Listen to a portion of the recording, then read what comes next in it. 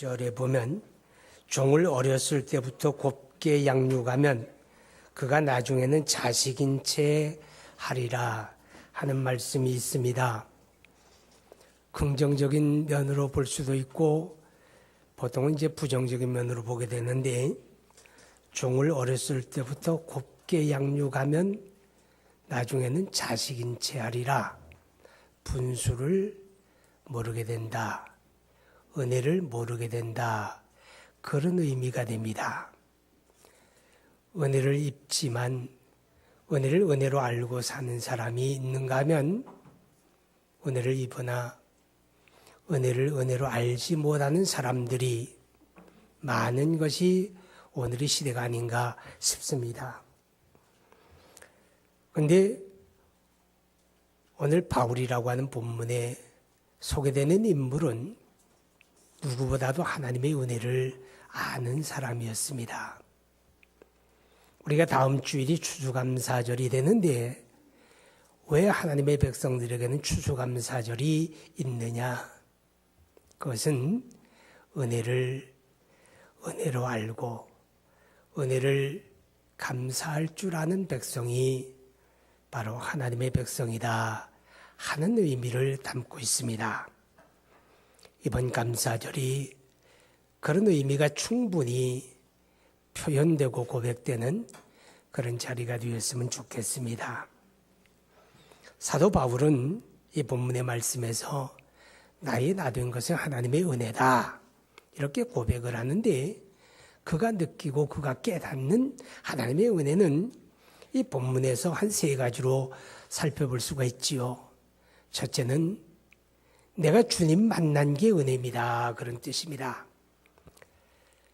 내가 주님을 만날 만한 충분한 자격과 조건을 갖추고 있어서 주님을 만난 게 아니라 그럴 수 없는 자인데 그 주님이 내게 다가오셨고 나를 만나 주셨으니 이것이 은혜다. 그런 고백입니다.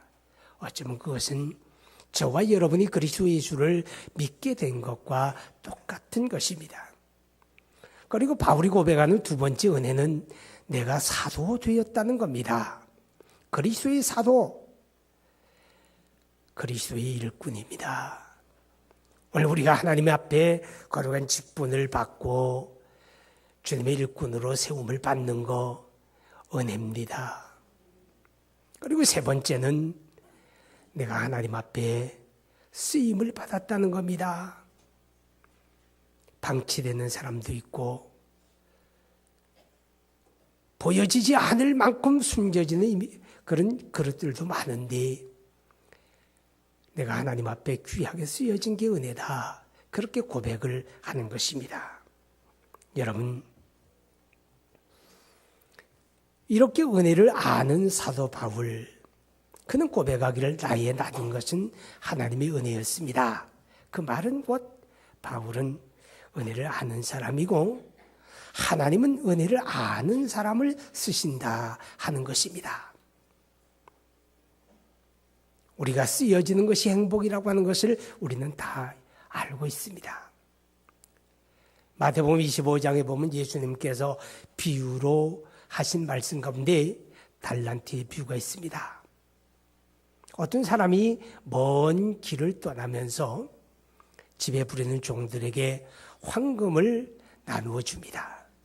어떤 종에게는 5달란트를, 어떤 종에게는 2달란트를, 또 어떤 종에게는 1달란트를 맡깁니다. 오랜 후에 주인이 돌아와서 그 종들과 더불어 결산을 보게 됩니다. 5달란트를 받은 사람, 2달란트를 받은 사람은 자랑스럽게 이야기합니다. 보세요. 요즘 말로 말하면 사장님께서 제게 이렇게 맡겼는데 제가 그것을 가지고 열심히 장사했더니 배가 남겨졌습니다. 달란트 5개 받은 사람은 10개 가져오고 2개 받은 사람은 4개 가져오는 겁니다.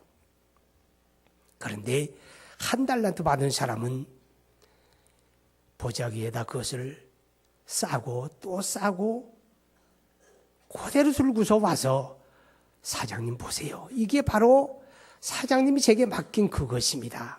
틀림없죠? 1달란트뿐입니다. 그때 주인이 말합니다. 이익을 남긴 종들에게는 착하고 충성된 종이다. 내가 작은 일에 충성하였으니 내가 많은 것으로 내게 맡긴다.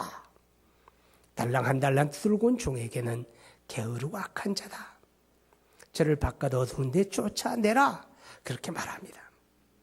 여러분, 이 내용 속에서 우리는 조금 의미를 달리하게 되면 5달란트, 2달란트는 쓰여진 겁니다. 1달란트는 쓰여지지 않은 겁니다. 방치된 겁니다. 오늘 여러분의 저나 다 그리스도 안에 구원의 은총을 받았고 하나님 나라의 일꾼으로 우리가 부름을 받았는데 우리 어떤 사람이 되어야 복됩니까? 쓰여져야 합니다. 방치되면 안 됩니다. 한켠에 손쳐내 놓은 사람이 되면 안 된다 그 말입니다. 하나님이 어떤 사람 쓰십니까? 사실 정확하게 하나님은 이런 사람 씁니다. 이렇게 말하기는 쉽지가 않아요. 하나님 마음대로니까. 근데 오늘 본문을 통해서 발견하는 것은 하나님은 우리의 겉모습을 보고 쓰는 게 아니라는 겁니다. 그 사람이 가진 게 얼마냐? 배운 지식이 어느 정도냐? 신체적으로 건강하냐? 장애가 있느냐? 나이가 많으냐 적으냐? 이런 것이 하나님의 쓰심에는 문제가 되지 않는다는 겁니다. 단 한 가지, 하나님은 은혜를 아는 사람을 쓰십니다. 할렐루야. 은혜로 아는 사람, 그들이 하나님의 거룩한 일에, 하나님의 복된 일에 유감없이 쓰여지는 것입니다. 오늘 10절에 보게 되면 바울의 고백이 나옵니다. 그러나 내가 나된 것은 하나님의 은혜로 된 것이니 내게 주신 그의 은혜가 헛되지 아니하여 내가 모든 사도보다 더 많이 수고하였으나 내가 한 것이 아니요 오직 나와 함께 하신 하나님의 은혜로라. 그렇게 고백을 합니다. 바울은 은혜를 아는 사람입니다. 나의 나된 것은 하나님의 은혜입니다. 은혜를 아는 바울이기에 우리 하나님은 그를 놀라우리만큼 사용하고 있음을 봅니다. 내가 모든 사도보다 더 많이 수고하였으나, 그 말이 담고 있는 의미는 우리 하나님 앞에 어떤 사람도 흉내낼 수 없을 만큼 귀하게 놀랍게 쓰임을 받았다는 고백입니다. 어떻게 그래 쓰임을 받습니까? 그의 지식 때문이 아닙니다. 그의 능력이나 경험이나 그의 재주 때문이 아닙니다. 다만 하나님이 그리 쓰셨고 하나님은 그가 은혜를 아는 사람이라고 하는 것을 기억하셨다 하는 것입니다. 사도행전 13장 22절을 보게 되면 하나님의 말씀 가운데 내가 이새의 아들 다윗을 만나니 내 마음에 합한 사람이라 내 뜻을 주어 다 이루게 하리라. 이런 말씀이 있어요. 다윗에 대한 이야기입니다. 구약 유대 왕들 가운데 왕인 다윗, 그리스도 예수의 그림자인 다윗, 그를 두고 하나님이 말씀합니다.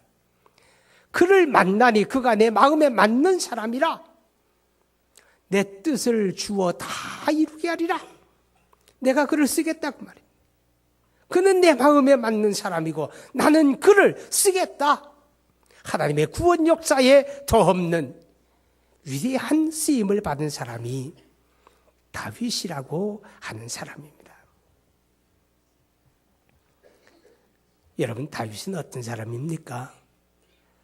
그는 완벽한 사람일까요? 그런 사람은 세상에 존재하지 않습니다. 그는 우리와 별로 다르지 않은 연약함이 있고 허물이 있고 실수가 있는 사람입니다. 그런데도 불구하고 하나님이 무엇 때문에 그 수많은 사람들 가운데 다윗을 내 마음에 맞는 사람, 내가 원 없이 그를 쓰겠다고 하는 이런 말씀을 하실까요? 그는 은혜를 아는 사람이었습니다. 여러분 구약성경 사무엘하 5장 한번 보십니다. 구약성경 사무엘하 5장 12절을 봅니다. 구약성경 사무엘하 5장 12절 470면에 있습니다.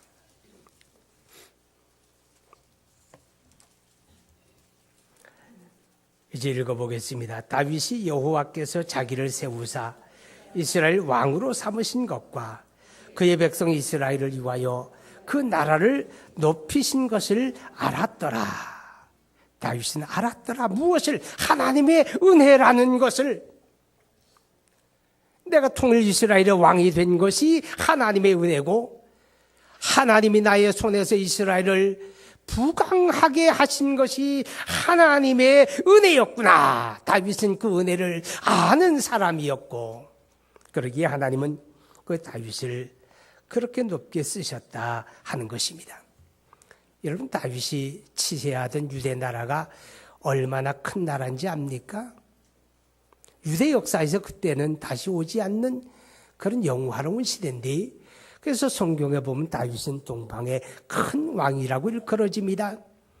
지금은 유대 나라가 조그마한 나라지만 다윗이 통치하던 시대의 유대 나라는 지금의 레바논, 시리아, 요르단, 이라크까지 영토로 정복한 거대한 왕국이었습니다.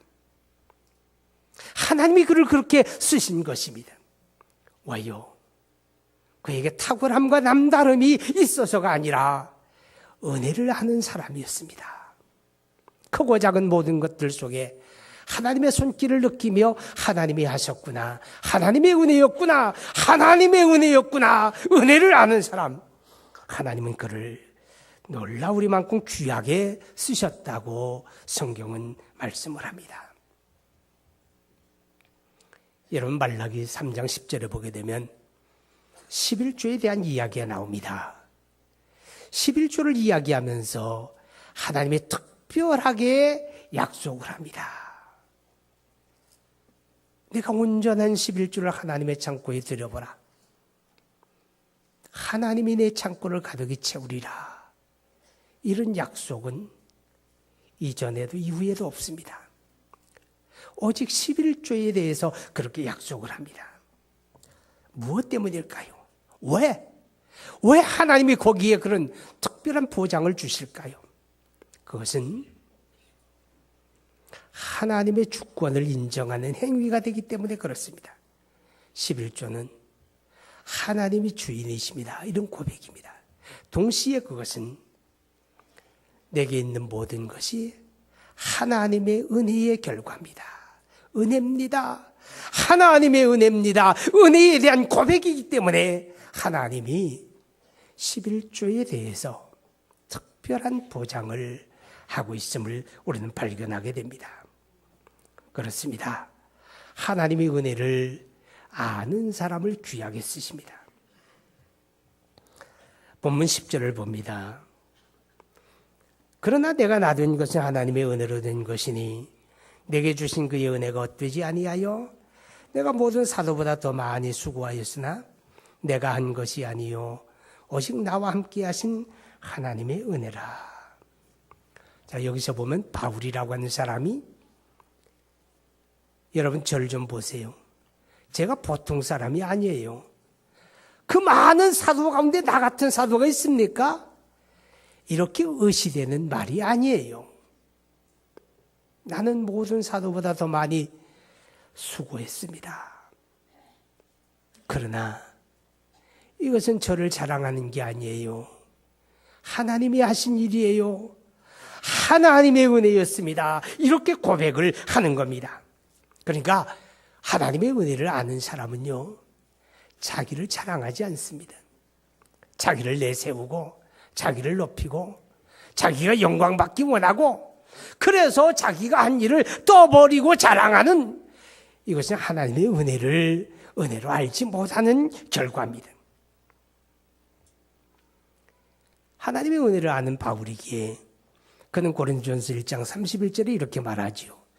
우리가 자랑하는 자는 주 안에서 자랑하라. 주 안에서 자랑하는 말의 의미는 이겁니다. 은혜였습니다. 하나님이 하신 일이었습니다. 그분이 영광을 받아야 합니다. 이렇게 하라는 겁니다. 은혜를 아는 사람은 자기를 자랑하지 않아요.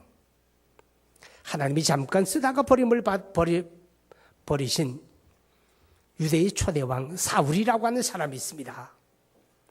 구약성경 사무엘상 15장에 보게 되면 이 사울이 하나님의 명령을 받고 아말렉 부족을 진멸하게 됩니다. 사실 사울의 군대는 아말렉을 상대할 만한 그런 준비된 군대가 아니었습니다. 허약하기 짝이 없습니다. 그런데 하나님이 역사하시고 함께 하시니까 사울 왕이 그 허약한 군대를 이끌고 가서 강력한 아말렉을 정복을 합니다. 그리고 돌아오는 길에 그가 자기를 위하여 기념비를 세웠더라. 이렇게 성경에 쓰고 있습니다.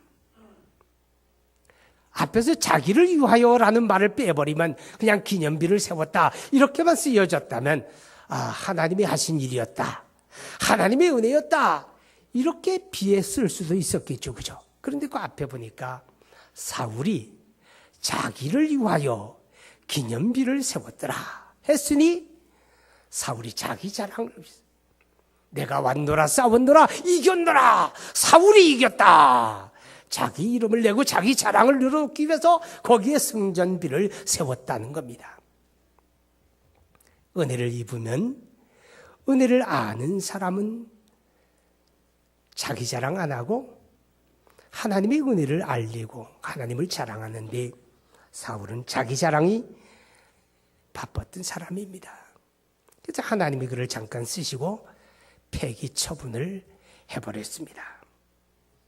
여러분, 제가 앞서서 다윗의 이야기를 했는데 사무엘 하 7장에 보게 되면 다윗이 통일 이스라엘의 왕이 되어서 예루살렘에다가 도읍을 청하게 됩니다. 그리고 화려한 궁궐을 짓고 어느 날 자기 궁에서 밖을 바라보다가 깜짝 놀라게 됩니다. 예루살렘 궁전 한 모퉁이에 하나님의 성막, 하나님의 성소가 초라한 텐트로 남아 있었습니다. 하나님이 내게 은혜를 베풀어서 나는 이렇게 호의호식하고 화려한 백향목궁에 거하는데 내게 은혜를 주셨던 하나님의 성소는 아직도 텐트로 머물러 있구나. 그게 마음이 아파요. 이 하나님의 영광이 드러나지 않는다. 그렇게 생각을 하고 자기 마음으로 내가 하나님의 성전을 건축해야 되겠다. 그런 마음의 다짐을 갖습니다. 물론 하나님은 다윗의 마음을 기뻐하셨지만 다윗에게 성전 건축을 허락하지는 않았습니다. 너는 안 돼. 그러나 너의 그 마음을 내가 기뻐한다. 그래서 이후에 하나님이 그 다윗에게 놀라운 은혜와 복을 약속하시게 됩니다. 그렇습니다. 은혜를 아는 사람은요, 하나님의 영광을 먼저 생각합니다. 내가 이렇게 말하면 하나님께 영광이 될까? 내가 이렇게 행동하면 하나님께 영광이 될까? 하나님의 영광을 먼저 생각하죠. 그래서 고린도전서 10장 31절에 사도 바울은 이렇게 권합니다. 너희가 먹든지 마시든지 무엇을 하든지 다 하나님의 영광을 위하여 하라. 은혜를 아는 사람은 하나님의 영광을 우선하게 된다는 사실을 우리가 깨닫습니다. 8절을 봅니다. 맨 나중에 만삭되지 못하여 난 자 같은 내게도 보이셨느니라. 여러분, 이게 무슨 말입니까? 지금 사도 바울이 모든 사도보다 내가 더 많이 하나님의 일을 했다고 고백하는 그 바울이 고백하기를, 부활하신 예수님이 맨 나중에 나를 만나 주셨는데 그때 나는 어떤 사람인가 하면 만삭되지 못하여 난 자다. 나는 팔싹둥이다. 어딘가 모자라는 사람이다. 어딘가 연약한 사람이다. 나는 팔싹둥이다. 그렇게 고백을 합니다. 무슨 뜻입니까? 하나님의 은혜를 아는 사람은 하나님 앞에 겸손하다고 하는 것입니다. 여러분, 그리스도인의 덕목 가운데 겸손이 얼마나 중요한지 압니까? 겸손이야말로 그리스도 예수를 닮는 모습이기 때문에 그렇습니다. 예수님은 말씀합니다. 나는 마음이 온유하고 겸손하니 나의 멍에를 메고 내게 배우라. 예수님은 온유하고 겸손한 분입니다. 그리스도 예수님을 믿고 따르는 저와 여러분이 마땅히 겸손해야 합니다. 그런데 겸손하지 못한 것과 겸손한 것의 차이가 뭡니까? 무엇 때문에 바울이 자기를 만삭되지 못하여 난 자 같은 팔싹둥이 같은 모자라는 사람으로 묘사합니까? 정말 바울이 그런 사람입니까? 당시에 바울은 어떤 사람과 비교해도 조금도 모자람이 없는 월등한 사람이었습니다. 왜냐하면 유대율법으로 말하면 그는 바리새파 중에 바리새파에 속한 정통 유대인이라 그 말입니다. 그리고 그가 배운 학문으로 말하면 당대의 가장 유명한 스승 가말리엘의 문화생으로 최고의 학부를 나온 사람이에요. 그리고 세속으로 이야기하면 당시에 바울은 그 아버지 때부터 로마의 시민권을 가진 특권 중에 특권에 속하는 사람입니다. 그런 바울이었습니다. 그리스도 예수를 만나기 전 그는 자기의 출세 가도에 걸림돌이 되는 사람이라면 어떤 사람도 용납하지 않는 사람, 자기를 결코 작게 보지 않는 사람이었습니다. 그런 바울이 그리스도 예수를 만난 후에, 부활의 주님을 만난 후에 그 바울은 고백합니다. 나는 팔싹둥이입니다. 나는 만삭되지 못하여 난 자와 같은 모자라는 자입니다. 어떻게 그런 고백을 합니까? 여러분, 하나님 알지 못할 때는, 그래서 너와 나를 비교해 볼 때는 너보다 내가 조금 더 낫다고 생각하면 교만의 머리를 듭니다. 너보다 내가 좀 모자라다고 생각하면 열등감에 고개를 숙입니다. 그러나 이제는 아닙니다. 사람과 사람 사이에서 나를 보는 게 아니라 하나님 앞에서 자기를 보는 것입니다. 하나님 앞에서 나를 보는 것입니다. 하나님 앞에서 나를 볼 때는 나는 팔싹둥이요 만삭되지 못하여 난 자와 같다는 고백을 할 수밖에 없었다고 하는 것입니다. 여러분, 아직도 교만합니까? 하나님 앞에서 자기를 보십시오. 열왕기상 3장에 보게 되면 다윗의 아들 솔로몬 왕이 하나님 앞 일천번제를 드리다가 꿈속에서 하나님을 만나게 됩니다. 하나님의 음성이 들립니다. 내가 내게 무엇을 줄고 너는 내게 구하라. 이 음성을 들으면서 솔로몬은 고백합니다. 하나님, 나는 어린아이입니다. 나는 이 백성들 가운데 출입할 줄 알지 못합니다. 이게 무슨 뜻입니까? 나는 어린아이이기 때문에 나는 하나님의 백성을 어거해 나갈 만한 그런 지도력을 나는 갖고 있지 못합니다. 하나님 나에게 지혜를 주셔서 하나님의 뜻을 이들 가운데 펼치게 해달라고 그렇게 구합니다. 왜 그가 자기를 어린아이라고 고백합니까? 사실이 그렇습니까? 아니에요. 왜 그런 고백합니까? 하나님 앞에서 자기를 발견하니까, 하나님 앞에서 나를 보니까 나는 정말 철부지 그런 철부지가 없는 어린아이라고 하는 고백을 할 수밖에 없었다고 하는 것입니다. 기억하십시오. 하나님 앞에 자기를 보는 사람, 하나님의 은혜를 아는 사람은 하나님 앞에 겸손할 수밖에 없습니다. 여러분 정말 겸손합니까? 어떤 분들은 기도할 때 하나님 나는 부지깽이만도 못합니다. 하나님 나는 벌레만도 못합니다. 하나님 나는 약한 중에 약한 자입니다. 그렇게 기도하는 분들이 있어요. 묻고 싶습니다. 당신의 그 고백이 진실입니까? 그 고백의 진실은 어떻게 표현되어야 합니까? 말로만 나는 부지깽이만도 못하다고 말하는 게 아니라 진실로 하나님 앞에 겸손한 사람은 크고 작은 모든 일들 속에서 하나님을 찾고 의지한다는 겁니다. 내 경험이, 내 지식이, 내 능력이 나는 할 수 있어 하면 돼, 내가 하면 그만이지, 이렇게 생각하는 사람은 아직 겸손함이 없는 사람입니다. 진실로 겸손한 사람은 아주 작은 것 속에서도 하나님을 찾게 됩니다. 그래서 기도하게 되고 그 은혜를 구하게 됩니다. 고린도전서 2장 1절 이하로 4절까지에 보면 사도 바울의 고백 가운데 내 말과 내 전도함이 사람의 권하는 말과 지혜로 하지 아니하고 오직 성령의 나타남과 그 능력으로 하였다고 말합니다. 그렇게 엄청난 경력을 가진 바울이 자기 경력이나 자기 지혜나 자기 말재주로 그리스도의 복음을 전하려 하지 아니하고 나는 철저하게 하나님의 성령을 의지했다.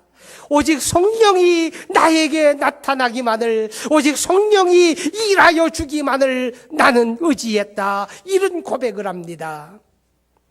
그는 말로만 나는 팔싹둥이라고 말한 게 아니라 크고 작은 모든 것 속에 하나님을 의지하고 그분을 찾았다고 하는 것을 말하는 것입니다. 사랑하는 여러분, 이번 감사절이 하나님의 은혜를 아는 사람들의 예배가 되기를 바랍니다. 하나님은 은혜를 아는 사람을 쓰십니다. 여러분이 나이 많아서가 문제가 아닙니다. 여러분의 능력이 그것밖에 되지 않아서가 문제가 아닙니다. 하나님은 모자라는 건 채워서 쓰십니다. 하나님은 약한 것은 강하게 만들어 쓰십니다. 다만 은혜를 아는 사람을 쓰십니다. 기도하십니다. 함께 기도합니다. 이번 감사절이 은혜로 고백하는 감사절이 되게 해달라고. 거룩하신 아버지, 우리 하나님의 은혜와 사랑을 진심으로 감사합니다. 우리가 주님의 거룩한 말씀을 통해서 은혜를 하는 사람 바울을 살펴보았습니다. 하나님 아버지, 우리 하나님 앞에 놀라우리만큼 위대하게 엄청나게 쓰임을 받았던 사도 중에 사도, 성도 중에 성도인 바울, 하나님의 은혜를 아는 사람이었습니다. 나의 나된 것은 오직 하나님의 은혜였습니다. 하나님이 나와 함께 해주셨기 때문이었습니다. 하나님이 하신 일이었습니다. 라고 고백하는 바울처럼 하나님의 은혜를 알고 그러자 하나님 앞에만 영광을 돌리며 우리 하나님 앞에 겸손한 가운데 하나님의 은혜였다고 고백하는 추수감사절 되기를 원합니다. 하나님의 은혜였다고 우리 하나님을 찬양하며 높이는 추수감사절 되기를 원합니다. 예수님 이름으로 기도하옵나이다. 아멘.